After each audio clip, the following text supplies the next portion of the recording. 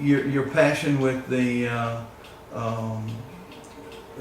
organ obviously started in that time. Now, I guess the time frame that I'm wanting to know, that I haven't heard in a while, is from age 13 to the time that you went to Germany at age 16. Had you been playing any of that time in the United States and Fort Benning before you went? Oh, yeah. Well, I was continuing to take piano lessons, and I was in recitals, and the school had these intellectual contests. We competed with other schools and in a variety of things, and I was always in that. So, yeah, I have to say my piano teacher did a really good job of making sure that she put the pressure on me enough times that I brought things up to performance level, and did fairly well at these. You do very well. No, Gene's modest. He won't tell you how really good he is, but he plays, let's see if I can get this right. He plays for the Episcopal Church in Panama City. He's Presbyterian Church in Panama City. He plays here in Dothan. He's played in Montgomery. Tell us about a few of your jobs that you've played in and around your most of us career. It just kind of goes. It doesn't matter whether you have a full-time job or not. You usually wind up doing a lot of different things connected with music. For instance, here in Dothan, for 3 or 4 years, I actually did a boys' choir at the boys' club. Oh, I didn't know that. Yeah, that was a hard job, but there were some days when they actually sounded like I wanted them to. So I've done that. I did, for 3 years, I worked as artist in residence for the city schools, and what I did was I took a keyboard with me, and I went from class to class. And one year, for the whole year, I played Bach for elementary school children. And the way I prefaced it was I would tell them stories. There's so many interesting stories. I don't know if any of them are true, but you know, they make good stories. You tell the children a little story and then you play for them, and it just pulls them in. Sure. They just had a wonderful time. What sticks out in my memory is the 3rd grade class one year. It was in the afternoon. The teacher met me at the door, and she said, "They have been difficult to deal with today," and that's the nice way to put it. And so I had a piece from the Well-Tempered Clavier that I was going to play for them.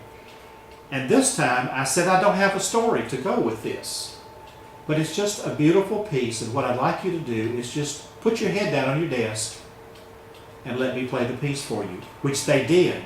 And when I got through, they were all asleep. That must have worked. And the teacher said, "How did you do that?" Tell me. Let me give you a keyboard. The little boy who says that I don't like classical music. Or you going to play classical music today? You said yes. Tell me. Okay, I was doing symphonic stuff, music for a class one time, and I had a little boy who came in. He was a 5th grader, and he looked at me and he said, "Are you going to do classical music?" And I said, "I sure am." He said, "I don't like classical music." I said, "Really?" Well, go sit down anyway. So I was doing a Dvorak dance orchestral suite or something. I don't know. Anyway, I found something in the music that the children could respond to, and so I played some of it so I could tell them, "This is what I want you to listen for, and if you hear this, raise your hand." Well, it was easy to hear, and so the children got started doing it. It happened several times, and this little boy, for some reason, just suddenly got on board and got so excited about it. He didn't raise his hand, he raised his whole body. He was clean out of the chair. He was hooked. And from that point on, every time that I came to his class, he wanted that same piece. You know, "Can we please do that again?" He was hooked. It just took the right thing. Just the right thing at the right time for him Sometimes it just takes that. to do it. Yeah. And as we continue to do these DVDs, Gene at his house talking about his music experience, we'll talk about that. I think Gene and my music stories, they seem to jive. That's probably why we're so very good friends, and we're outlook, I guess, our outlook on music is basically the same. And gosh, the passion and the similarities, I guess, they all have a tendency of just interwoven into this tapestry of something called music. Imagine this little boy being turned to the good side, Yeah. to the dark side, but From the dark side to the good side. Yeah, that's right. Or did you start at Huntington when you first came back? Yeah, Oh wow, I okay. did. I had met Mr. Rolig, and since I'd had a teacher in Germany who was German, now I met one here. There's a tie-in right there. Yeah, there was the tie-in.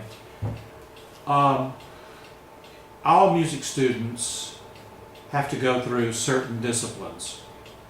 Some of them are tough. Music theory is one that a lot of people say, "All right, this is not for me," because it can get pretty tough. But you have to have 2 years of music theory, and then ear training.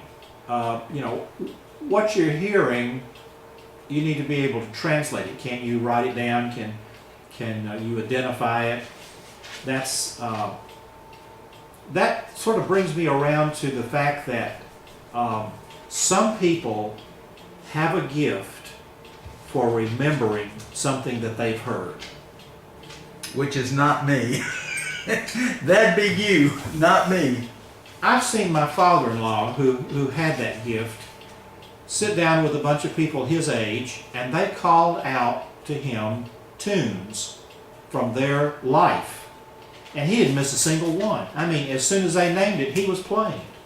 Wow. He had a limited style that he used, but he always could play that tune. That's a gift. Some people get it, and most of us don't. I'm a reader. If you put it in front of me, I can read it, and read it quickly. But you ask me, if you play something and ask me to remember it, that is really hard for me. But you do it very well. No. I've quizzed you a couple of times and you hit it right on the nose. Well, in graduate school, the professor and I decided that it would be better for both of us if I dropped out of the class.